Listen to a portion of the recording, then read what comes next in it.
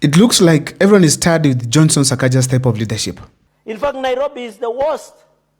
Nairobi is only 10.7. This county, I want to say this without fear of contradiction. This county of Nairobi City County should be handed over to NMS. Should be handed over to NMS, Madam Speaker. Should be handed over to NMS, this county government of Nairobi. You walk, Madam Speaker. You drive even Kilimani potholes. If you even drive an SUV, you will disappear in a pothole here in Nairobi. In fact, rumors are going around that Raila Amolo Odinga was tired of solving Johnson Sakaja's problems. And there is also a likelihood that he had withdrawn his promise of supporting Johnson Sakaja in Nairobi gubernatorial seat. Now, we all know that regardless of all these things that have been happening, Johnson Sakaja still wants to retain his seat in Nairobi. Watu wa Suba, unajua mimi nawapenda sana. Nawapenda. Kule Nairobi, kuna watu ambao wametoka hapa. Si ni kweli? Na mimi wamekuwa wakinishikilia bila kuangalia chama. And unfortunately, he's yet to gain ground. Raila Amolo Odinga had banked on, he passed on. Johnson Sakaja has been having his own ways to ensure that at least he gets the Luos support within the Nairobi city. And one of the things he did is that after the funeral of Raila Amolo Odinga, he traveled and he overstayed in Bondo. For those who missed his occasions in Bondo, here he is.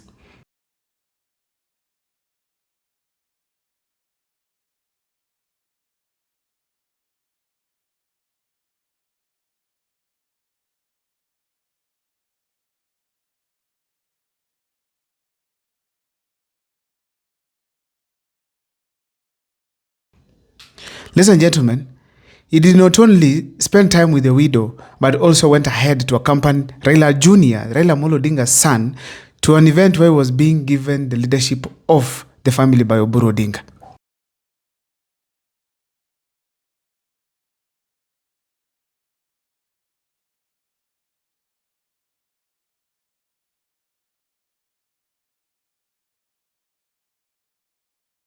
So in a nutshell, Johnson Sakaja has been struggling very much to ensure at least he is creating a good relationship with the Odingas, at least for him to be considered for the Nairobi gubernatorial seat. Now, yesterday, the MCS of Nairobi County traveled to Bondo to see the widow, that is Ida Odinga, Minping. Upon arrival, the MCS had a good session with Mama Ida. They gave their speeches. And when the time came for Mama Ida to speak, that was the destruction moment for Johnson Sakaja and the finishing of his dreams as far as the Nairobi County gubernatorial seat is concerned. And this is what Mama Ida had to say. We want to see clean Nairobi.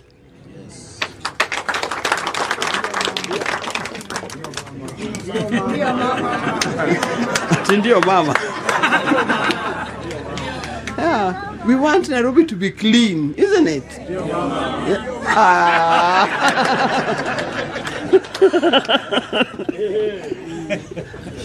I'll not say more.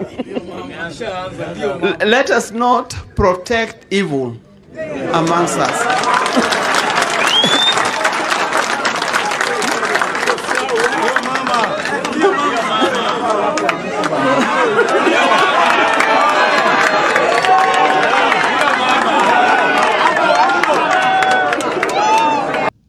That is a clear indication that the promise Raila Amolo Odinga made to Johnson Sakaja has officially come to an end. And in fact, it is not just Mama Ida who is against Johnson Sakaja's candidature. Even Oburu Odinga is as well against Johnson Sakaja so far. I'm not aware that Sakaja had close to our party and he's a member. As far as I'm concerned, he is not. So some of you could be asking, why are things turning against Johnson Sakaja the way they are doing right now? First of all, we all know that Johnson Sakaja in Nairobi, he tried to embrace the MCS of the ODM side so that at least they can be able to support him. But people are asking, why is it that these MCS keep on turning against Johnson Sakaja? It is simply because his type of leadership. He does not solve the Nairobian problems. This gentleman keeps on saying Nairobi is working, while kwa ground, mambo ni different. Why? I once personally conducted a journey to Kawangware 46, and I found a heap of garbage that is just alongside the road. In fact, it had taken almost half of the road. And apart from that, there were businesses around, including hotels, which had to literally survive with that kind of a smell. And you usually see Geoffrey Musila moving across, clearing garbage here and there.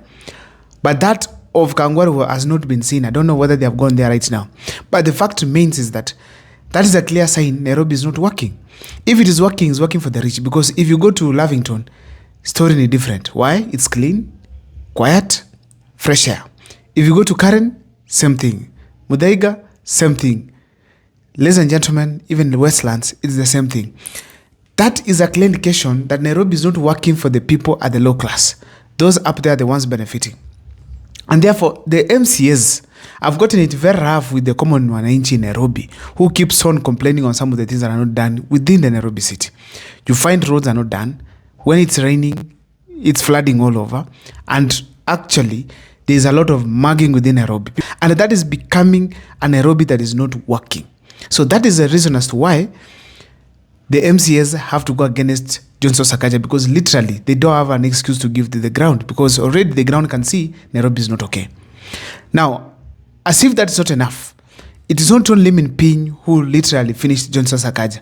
There are also rumors going around that now the President of the Republic of Kenya, Dr. William Samoei Arap Ruto, is also working very hard to ensure that he has brought another NMS, whereby they are going to work now with Nairobi County. Some roles are going to be passed to the executive, and the president will hand over to the military, so that at least we can have Nairobi being managed to some extent.